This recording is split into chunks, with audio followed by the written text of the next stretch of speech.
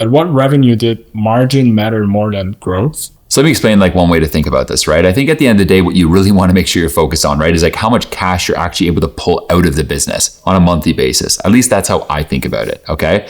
So as an example, maybe you have a 50% margin and you're making 100K, all right? So you're able to pull $50,000 out of the business, hypothetically, every single month, okay? But on the other side of things, maybe you have, and you start making $500,000 in the business every single month, right? And you have a 30% margin, right? So now you're roughly be able to pull out, let's say that's like, $170,000 out of your business every single month, okay? Under the latter example, your margin went down, right? Which you could perceive if you're not looking at it, at least the way I look at it, oh my God, that's bad.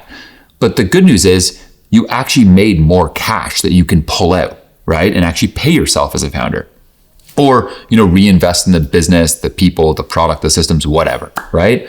So I just say this to say, I think that the core thing to look at along the way is just how much profit is actually being generated by the business, right? On an absolute basis, okay? Now, margin is a signal, right? So obviously we don't want the margin to suddenly plummet from say 50, 60% to 5%, right? That may indicate as an example that some new growth strategy, maybe you started buying paid ads, is just, actually shooting yourself in the foot, right? But overall, right, if month over month after month, right, the cash that you're actually able to pull out of the business keeps on going, irregardless of margin, right? That's just a good main metric, I think, to look at, and not be overly obsessed with the margin that you're making.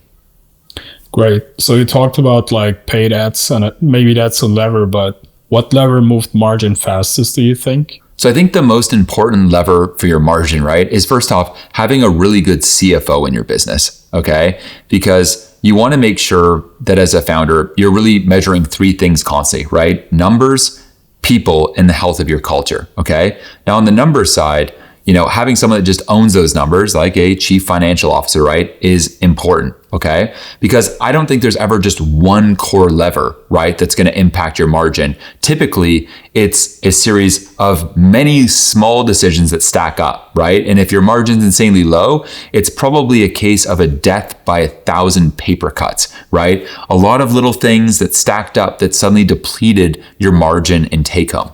And so with the right CFO, I meet with Hayden, my CFO, every single Tuesday for at least an hour long. We review performance for the month, hiring decisions, compensation, and really make sure that, we're being careful about kind of moneyballing everything, right? Making sure that, we're getting the right things for the right price. We're always looking at costs as well and doing a bit of an expense report, trying to cut the things that are unnecessary.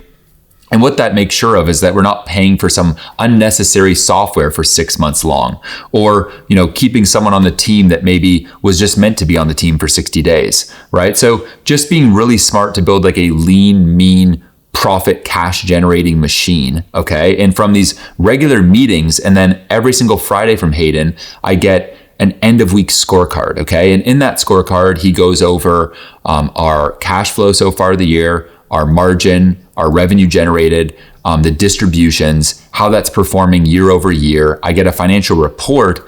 And then this is the most important part. Hayden sends me the top 5 things that he would do if he were me the following week. So what happens then is, say on Sunday, if I'm just having my coffee in the morning, I could look at this report a little bit and already start to think about the things that I can do the next week, generally about 5 to 10 moves that will just help strengthen our business and make it more cash flow generating, okay? And so what I'm just trying to point out here, right, is that oftentimes founders are looking for that one magic pill to impact cash flow.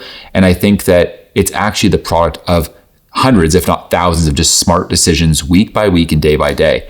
And so what you want to make sure along the way is that you have a very solid chief financial officer that's able to be that sparring partner with you and make sure you're making and stacking up those good decisions.